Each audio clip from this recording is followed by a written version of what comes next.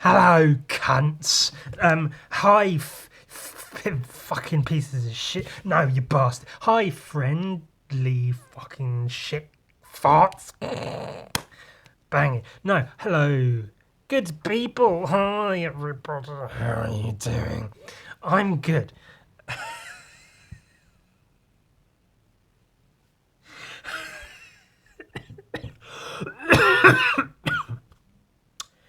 That was a little joke there. Little joke.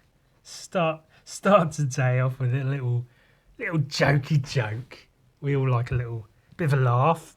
Lightens the mood. We need to talk. We have to discuss something. You and I, all of you, and I, which is to say me. We need to talk about. It's a that's a very controversial topic. I'd say it goes sort of. I was going to say pedophilia and then racism. Those two are sort of, they swap every now and again how controversial they can be. Sometimes fucking kids is bad. Sometimes killing, I won't say any specific, people of colour, people because of the colour of their skin is bad. But I mean, I say sometimes they're bad. Sometimes one is worse than the other. Sometimes it's the other way around. I guess they're sort of intermingled in terms of how vile and disgusting they are. For the sake of argument, for today, just for now, for the sake of being able to put them in a list, let's say racism's probably. Is it worse to be a racist or is it worse to be a pedophile? That's. Let's say racism, top of the list. Pedoism, next. Arguably, the next rung down from that is tracing. I know you're all probably going, oh, this is, hit the X in the corner, turn the video off, fuck you, Ewan, you've gone too far. Fucking babies, narrowly skirting and all but saying the N-word on your podcast. But now this, copyright infringement I can deal with. Borderline, disgusting, vile racism. Fucking kids, Tracing, why do you even own tracing paper, Ewan? That is, that's too much, man. That's from BoJack Horseman. I'm losing beard hairs. I trace a lot. Now I know, it's a bit of a. I trace. I have like a lightbox thing I use. I usually only trace my own work. But being the edgy kid I am, I thought we'd go for a bit of a trace today. So a bit of a tracey trace. I fancied just playing around with some of this shit. There's this. I've shown this before because I quite like it. John Romita Jr.'s artwork. Hulk and Spider-Man having a fight on the rooftops of Manhattan. I just thought I'd trace a Hulk and play around with it for a bit, just as an artistic sort of game? Question mark. Something to do, gets your muscles working, gets you drawing. And that's what's more important in life than drawing. I'd say important things in life: racism, pedophilia, and drawing. Those are my three top things that I hold dear in my what would be my heart for you human folk. Saying slurs openly in the comfort of my own home where no one else can hear me, and putting my penis inside of babies. And I mean, that's the only thing they'll fit in. It's too small. They don't. That was unnecessary. And drawing. Is drawing more important to me than? Yeah, actually, yeah. No, I'd say drawing's probably maybe in between racism and fucking kidsism, and then drawings in the middle somewhere. In a Venn diagram, you have racism. How many times can I use the word racism before it loses all meaning? But yeah, I thought I'd trace a picture of the Hulk and just shade it, because it's a fun thing to do in a sketchbook. Is if you just have just a dumb, silly little doodle. Obviously, there's the scribble game, but this is slightly different. Is do a dumb little doodle and then just shade it in. Just do I have an example? I might. I might not, but I might. So let's just have a quick. Yeah, okay, perfect. Like this. The dumbest little doodly goblin face, but then you just pay a little bit of attention to the shading and it makes quite a fun little image. Similarly, which is a word I really like to use, similarity, slimily, you trace just any old fucking picture, especially of the Hulk, because like big and burly, all these muscles would be quite fun to crosshatch. This is the image I had in mind to trace because of him. Yeah, it's got the Spider-Man and the Hulk. It's quite a good shape and pose. But then on reflection, I think, in terms of, you know, what my aim, this might be a bit of a better one, because we do like the big forearm in the foreground. And that's got, and this is an offcut of tracing paper I have. I can fit him. Oh, I can fit him all. I was worried I wouldn't be able to, but I can. Yes. So I mean, without further ado, we have time. Well, we're doing fine for time. So I'm gonna just trace this whole. I'm gonna do it really sort of rushed and roughly. I want it to be quite bold because I'm then going to trace this tracing, so I'm not going to make the tracing perfect, because I'm going to trace this with my lightbox onto a piece of paper that I can better use with the ballpoint pens and such. Yeah, that kind of thing. And I might be able to use the traced image as a thumbnail if it's bold enough.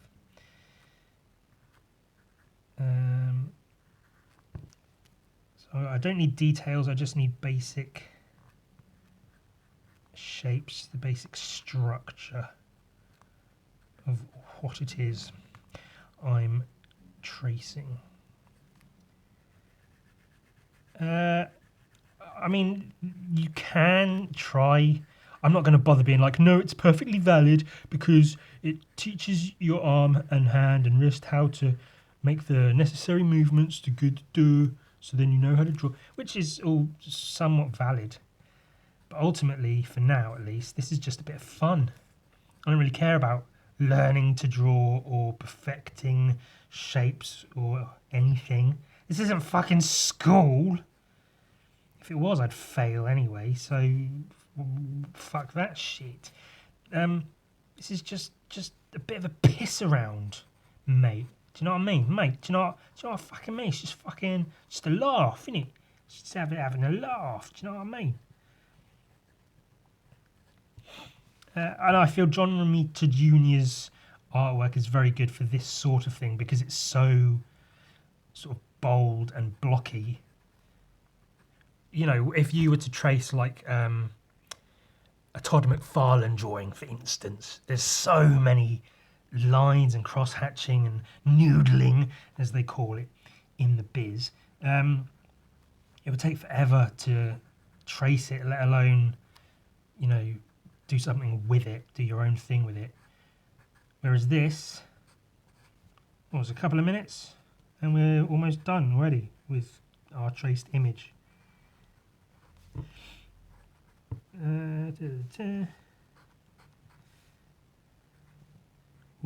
As you can see, I use tracing paper a lot. It's probably what I use it for most, is for masking off areas in paintings and comic pages, which I then spray paint over to give effects and stuff. Because obviously you can see through it, so I can see exactly where I'm masking, make sure I've got the correct areas and such. I have some more info on that actually, but we'll get some of this done before I get on to other things. Oh, it looks like they missed some colour in there. What a bunch of fucking idiots. The professional comic book industry. Ooh, bunch of fucking knobbers. A lot of them. I bet they all fuck kids as well. I mean that in a bad way in this case. I know sometimes I say it like the joke would be, I bet they fuck kids. And that's the only reason I like them. But in this case, they're probably all a bunch of baby fuckers that make comics. A hot take, that's what they call that, isn't it? A hot take. I'm not going to bother with Spider-Man because, you know, Spider-Man, Spider Who, more like. Spider, go fuck yourself. This is about a Hulk, Daddy Hulk. So we'll just, you know, make all this stuff up. Wow. Look at that. That is that. That's kind of neat on its own, you know. Little, oh, reversed. Yes. No, I mean, it's not really impressive or anything. Then, that's all we need the comic for. Throw it away. Fuck it. Don't need it. I guess we need a light box, a source of light. Plug you in, and let's do the fucking thing. Alright.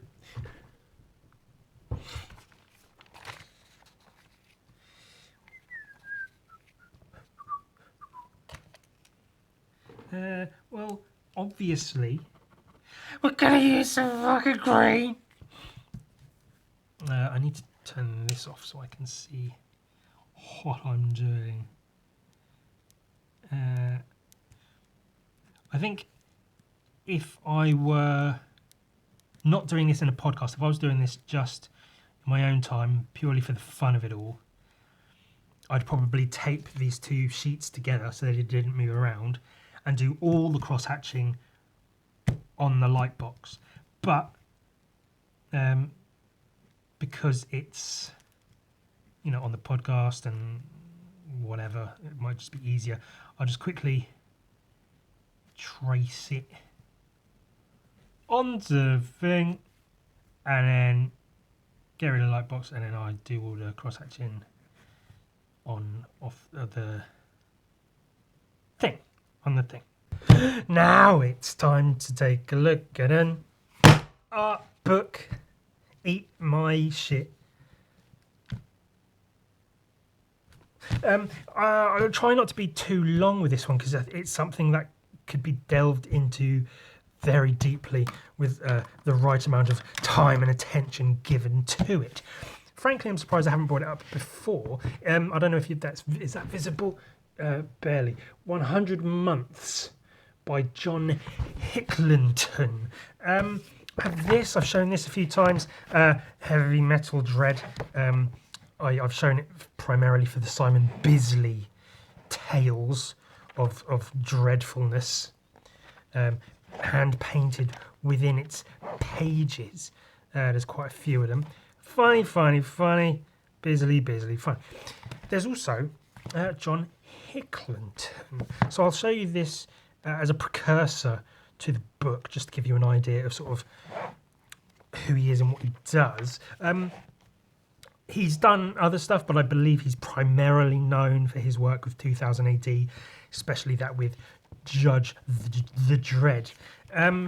This is his artwork.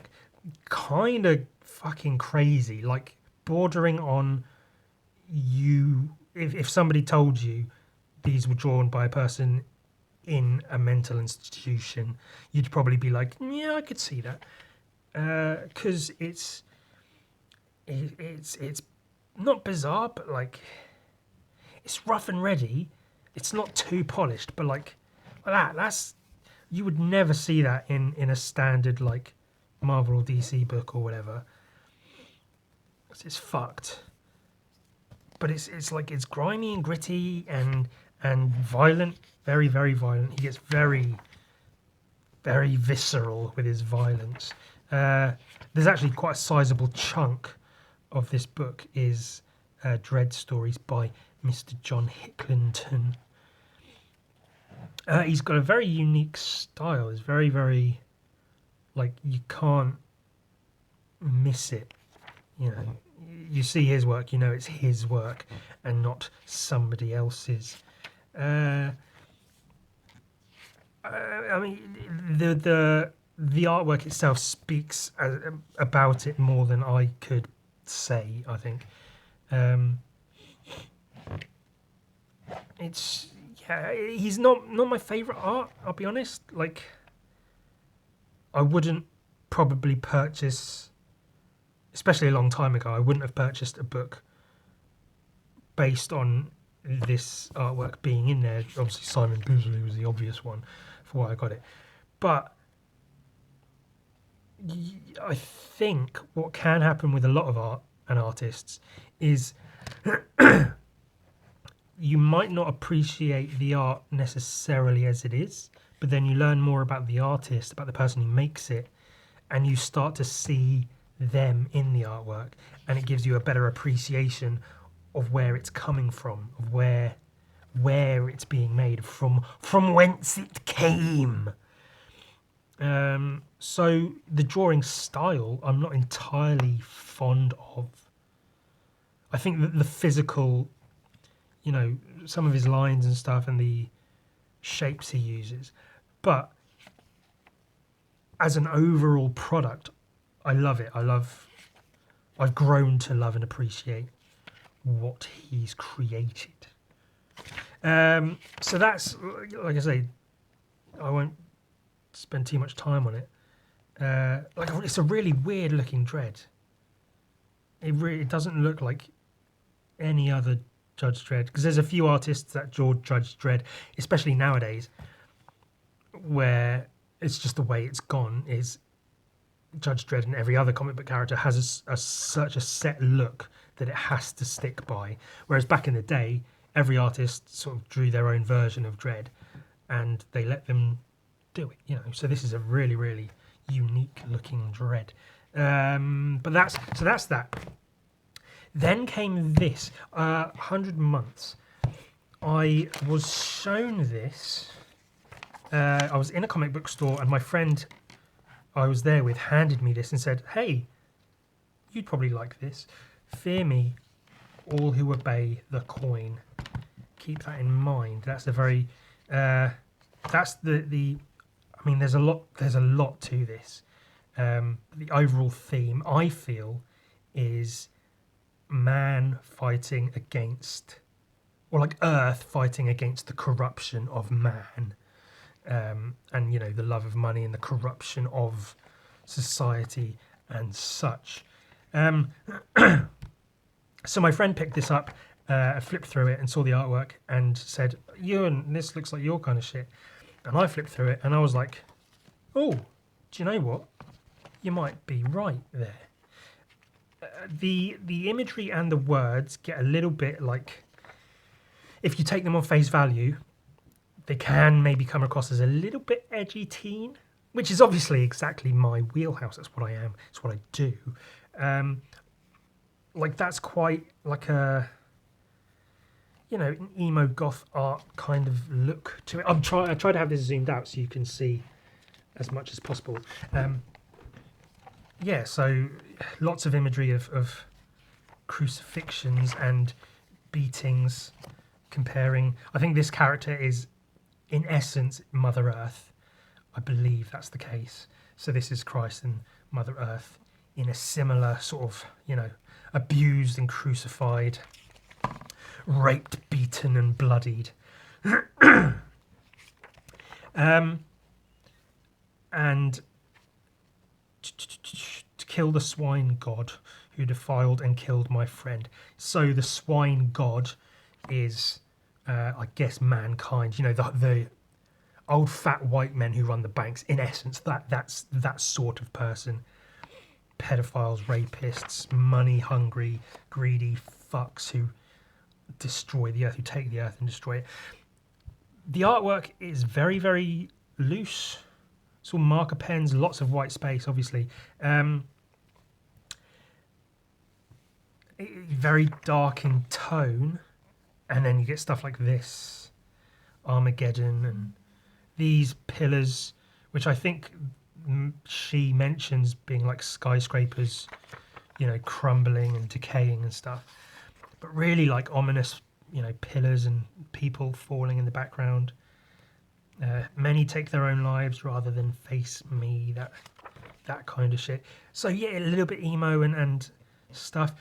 But clearly someone putting thought and passion, like this is, you don't draw all of this just because like, oh, it's Saturday, I got a day off, I'll just draw some shit. This is something you put together for a reason. And that reason is this.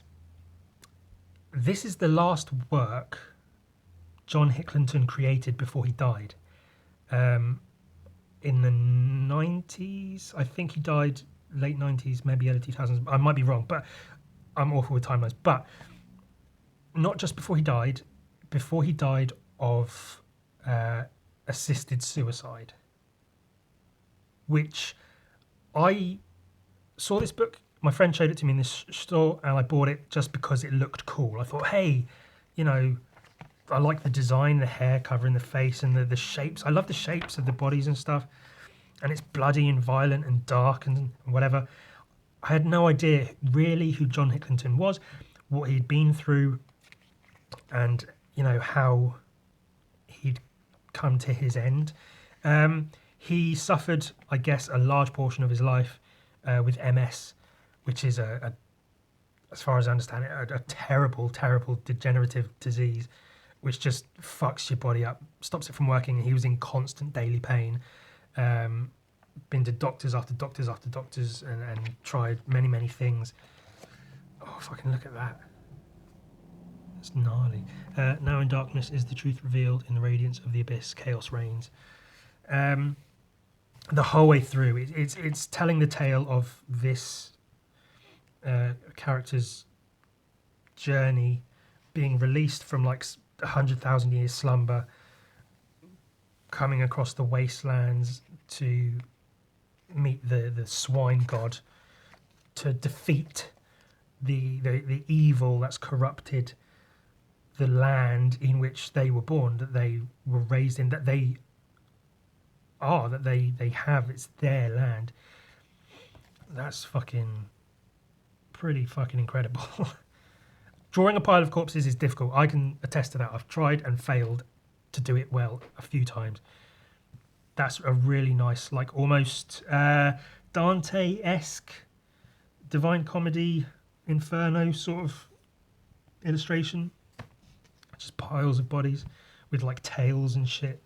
It's good stuff. So yeah, John Hicklenton suffered and suffered. There is at least one or two documentaries about it. You can probably find on YouTube. Look him up. I definitely advise looking those up to get an idea of who he was and what he was going through and dealing with.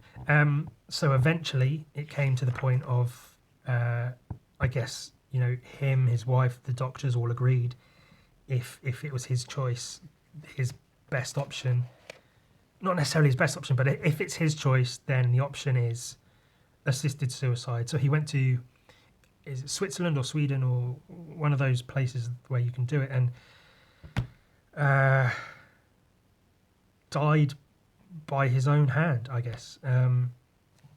And so like this, he put this together, knowing as I understand it, knowing that was the plan. He was going to be leaving the world, and this was what he'd be leaving behind, which is absolutely almost like, if a dad writes their child a letter, if they know they're going to die, saying, I wish this for you and I wish that for you, and I'm sad I didn't get to see you grow up, whatever. This is John Hicklington writing that letter saying, these are the evils of men that, have these atrocities to their name. And this is Mother Earth doing her damnedest to stand up and tear the horns off of humanity's evils and stick them back into his body. And so rereading it with the knowledge of why it was created, like where it came from, it takes on a whole new feel. Like, it's dark before, it's, dark and violent, but when this is a human being's last breath of creativity. They've spent their life drawing, painting, creating comics. And even in the Judge Dredd comics you saw, they're pretty gnarly, There's some violent imagery, some dark tone in there. And from what I've heard in interviews and stuff, he was known for being very, very funny, but having this, like, dark edge to himself as a person.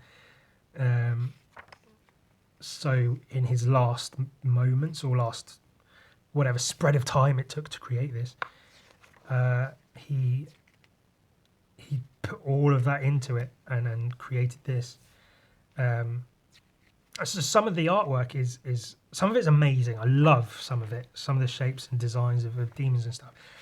Some of it is like in a strictly like mechanical term of looking at the artwork as image. Some of it's like, that's cool, I guess. But and also in terms of putting a story together, because this is it a graphic novel? Is it something else? Is it something new entirely? Is it its own thing? It's not panels. It's not a comic book. So I don't even know what to call it. But it's a pretty fucking fantastic thing. All this new form she's taken on. All these arms. Yes, so she's wandering through this wasteland on her way to the swine god, which I'll try to get to that before we run out of time. Who's this? This is the priest at the throne of the pig god. And like I say, it would be really easy to spend an hour or two looking through this fully, reading it on camera. Maybe I'll do that at some point. So she comes to the swine god, which I think is pretty much straight laid out, but in my mind, which I guess is the point, is this is the evils of humanity, the greed and corruption of humanity personified as this pig beast. And the time is now. She's going to fuck him up. And I love that each page is its own individual. Like, if I put any of these drawings up as my own work on Instagram or whatever, I'd be happy with it. But to have a whole book where every page is its own, work of art. The ugliness is overwhelming. And it's like sexual, creepy ugliness there. Just nasty, vicious, vile, disgusting awfulness. That's really cool. I mean, it's obviously that's cool, but like within context, without context, it's just. So she's fucking mad. That's a great image. Tosses her club away, grabs the bull by the horns. There's loads of action. Like, you could easily have just like one panel of this happening, but to spread it out is really, really good. And I love the format as well, because having it landscape is very, very different. Kicks his teeth in, fucking whatever, starts tearing his jaw open, rips his jaw apart, gets the club to bash his fucking brains in. The drawings are so good, and I love the multimedia of it as well. You know, there's pen, brushes, spray paint, whiteout, different inks and stuff. It's really, really nicely put together.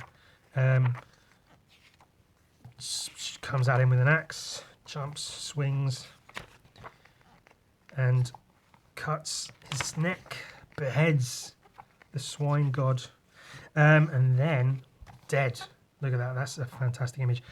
Little piglets coming out. They've got to die too. Neither shall the young be spared.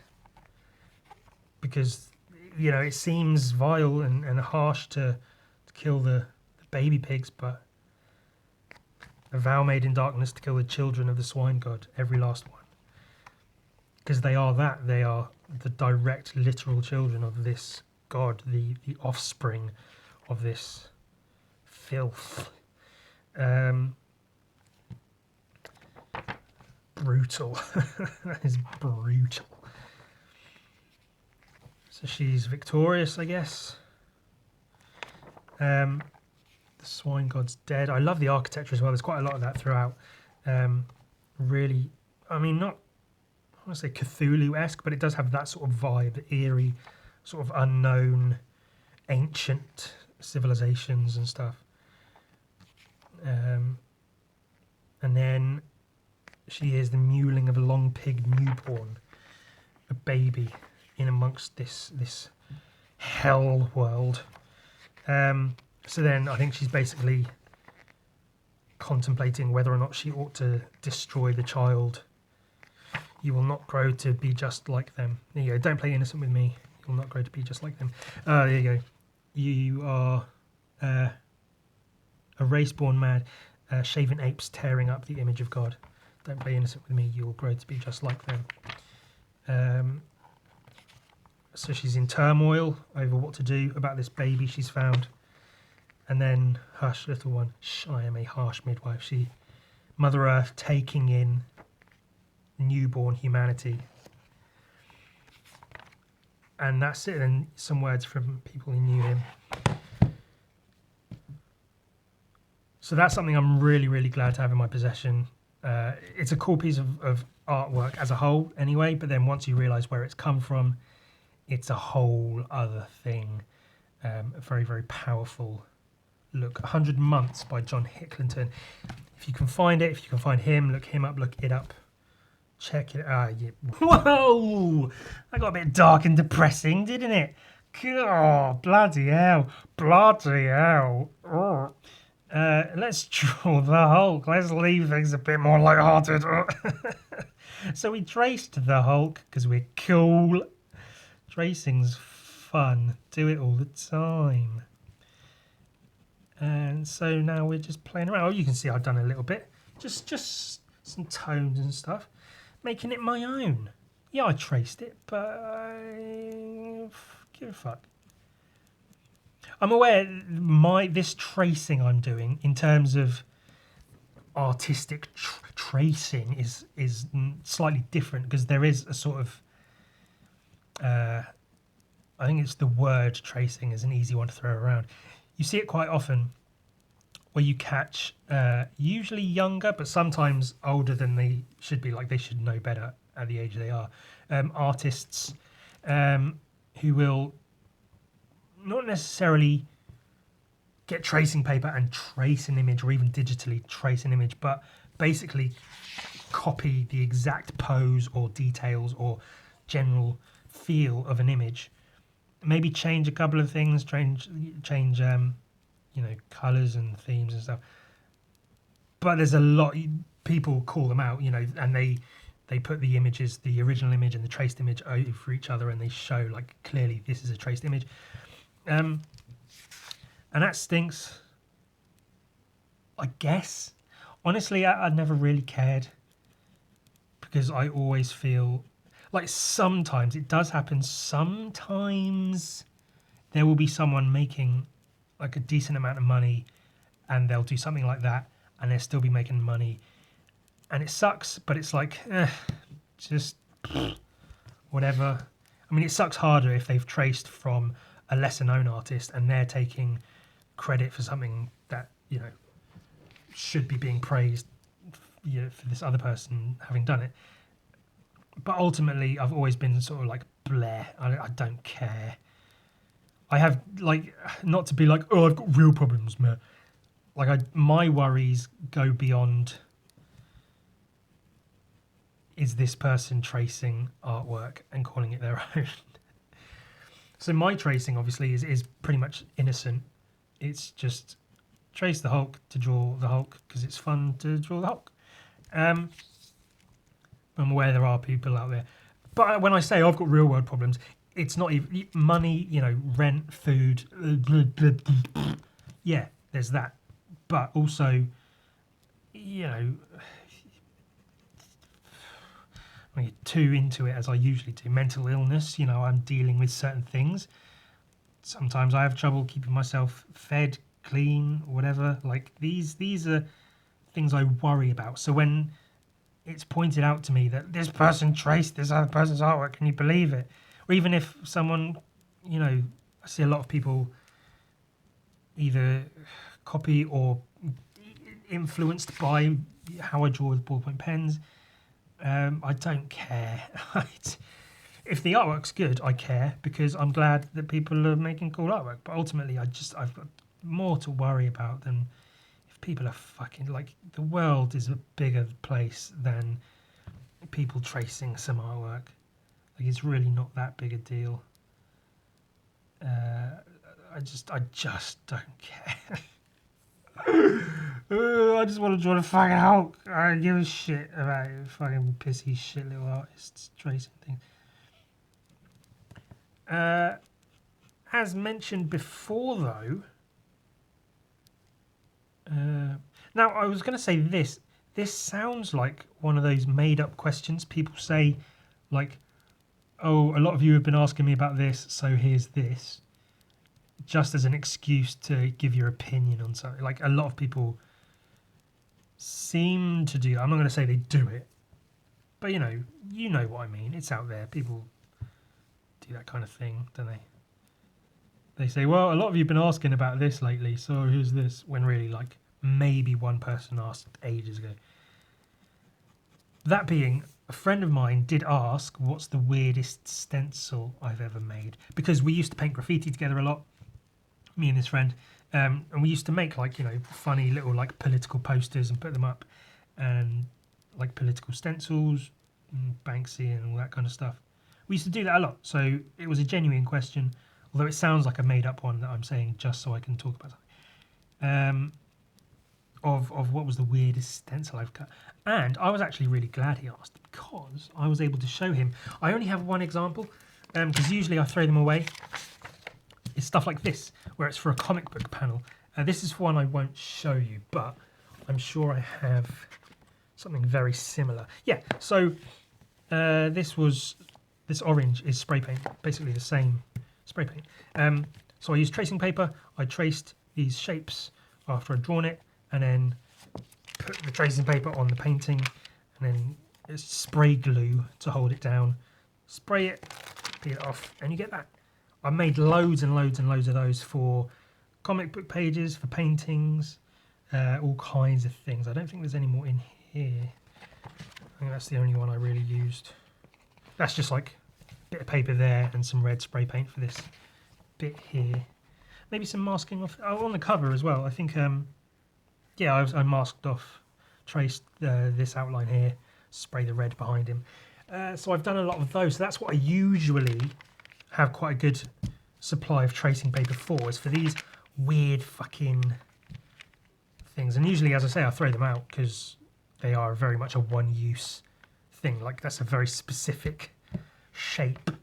I can't really use that too much. I might use this at some point for something. I try to be economical with it, not wasteful. So I trace a lot for stuff like that. Although I guess that's not really tracing per se. That's its own thing. I don't know. There's a reason for it. And I want to make this arm really dark at the tip and then fade up. Get that gradient that I've spoken about in my videos and things.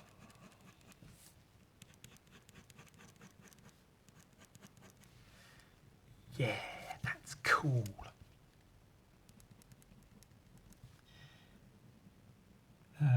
This also is a fun game because it's the sort of thing that you could spend a few minutes on, just do some hatching just for fun. But it's also the sort of thing you could spend an entire evening, like, I guess like anything, like if you have a colouring in book, one of those fun adult colouring in books. Yeah, you can just do a bit of cross hatching, a bit of fun, just practice something. But also you could spend ages and ages like rendering and really getting to grips with things. So I won't do too much, obviously, because time limitations, which I guess isn't really limitations. Like, there's no reason my podcast can't be 3 hours long. I could absolutely do that. The main issue I have with that is a 45-minute podcast can take 10 hours sometimes to upload to YouTube. It's sometimes, I'm not sure exactly why it's different. Sometimes it might take a few hours, sometimes 6 is maybe average, but it can sometimes take 10 or more hours. I usually leave it on overnight to upload and then, you know, sort out a thumbnail and process it all in the morning. So that's my only real concern with length. I'm perfectly happy to do longer podcast episodes, but it's just, especially with my lack of schedule, I think if I recorded them, say, Tuesday, Wednesday, and then spend the entire day of Thursday uploading them, then by Friday, yeah, you could have a nice long podcast. But as it is at the moment, it tends to be Thursday evening, as it is currently. I'll sit down, record podcast, have it up by Friday, and then it's all good. So maybe I'll do, like, if I feel I've got something that ought to have more time spent on it, maybe I'll go a longer episode. But for now, plus if you're watching a thing, because I know personally, if I'm watching a thing, if it's two people having a discussion, I might be able to stand listening for a couple of hours. But in general, I don't care enough about stuff to sit and watch it. Even Lord of the Rings, I love Lord of the Rings, but come on, it's a lot to sit through. So I tend to not. And that's, for me, that's pretty good description of how I approach making art and videos and things in general, which I feel is, you know, one of the most correct ways, which is I make them in the way that I want to see them. So I make art that I like to look at. And some people, because I look through my Instagram sometimes for fun, I'll watch my own videos sometimes for fun, because I make shit that I want to look at. So fuck you, I do what I want. You can call it egotistical, you can call it fucking arrogant, self-obsessed. But, like, the whole reason I do art is because I go like, oh, hey, that's an idea for an image. I want to see how it looks, so I'll draw it. And if it comes out good, then I go, hey, that looks good. I'm going to look at that because it looks good. I think it's a shame to just make shit and then never go near it. Like, if you're an actor and you're in films, there are actors who are like, oh, I never watch my own films. And it's like, yeah, fair enough. But if it's a particularly good film, then fuck, you want to watch that shit. I'd watch all my shit if I was a fucking movie actor. Jesus. What are we time-wise? Where are we at? Again, don't want to drag this on too long. I could let's give him some definition around certain areas. Oh, this Ewan's mailbox. There you go. That's a thing now. I've paid. I've have it. This is now a place you can send things to. It's not my home address, so it's cool. I don't like. I've never liked having things sent to my home address because I live on the top floor of a building, and so there's issues with if something arrives super early. I have to fucking suddenly jump up out of bed. If I'm not wearing clothes, I've got to put some on, run downstairs, and then, oh, the person's gone. Fuck. Or I've got to keep an eye out all day if they're going to show up or not. So it's a pain in the arse. So I finally went and actually paid for a mailbox. So that's now a thing. Send it to Ewan or Ewan, Uncle Ewan, Ewan the Fanny Poohan, Suite 109, 151 High Street, Southampton, SO14 2BT, Yuk.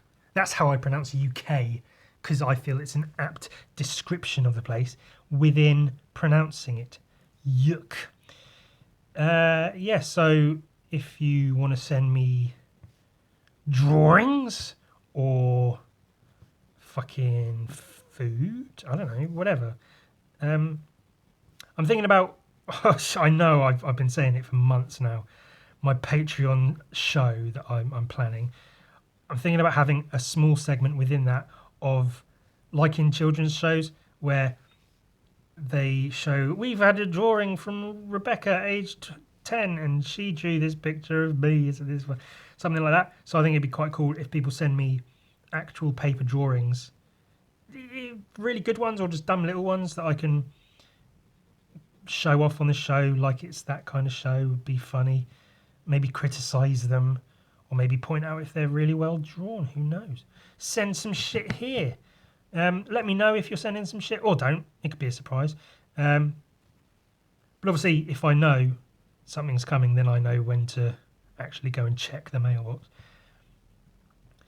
But yes, I hopefully will get some stuff going on with that mailbox. That'll be fun.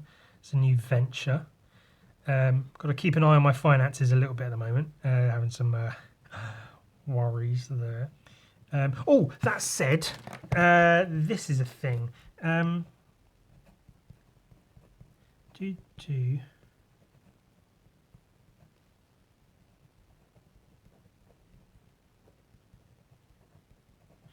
PayPal.me/Uncle Ewan, and there's the two E's there. Just to make things easier, because I've been having some issues with Etsy, so it's PayPal only for at least a little while, if not a long while. And it would always be, if you bought anything from me, a commission or something, you know it's my shitty Hotmail email address that I usually give you to send money to PayPal. But I fucking took 45 seconds to actually set up a paypal.me, so that's nice and easy. Feel free to just fucking send me money, send me drawings, send me candies from your country of origin, send me money, whatever, you know. If you send me money, I will, you know, I'll send you drawings and shit. I'm not just gonna take your money and laugh in my underwear. I'm gonna send you some shit.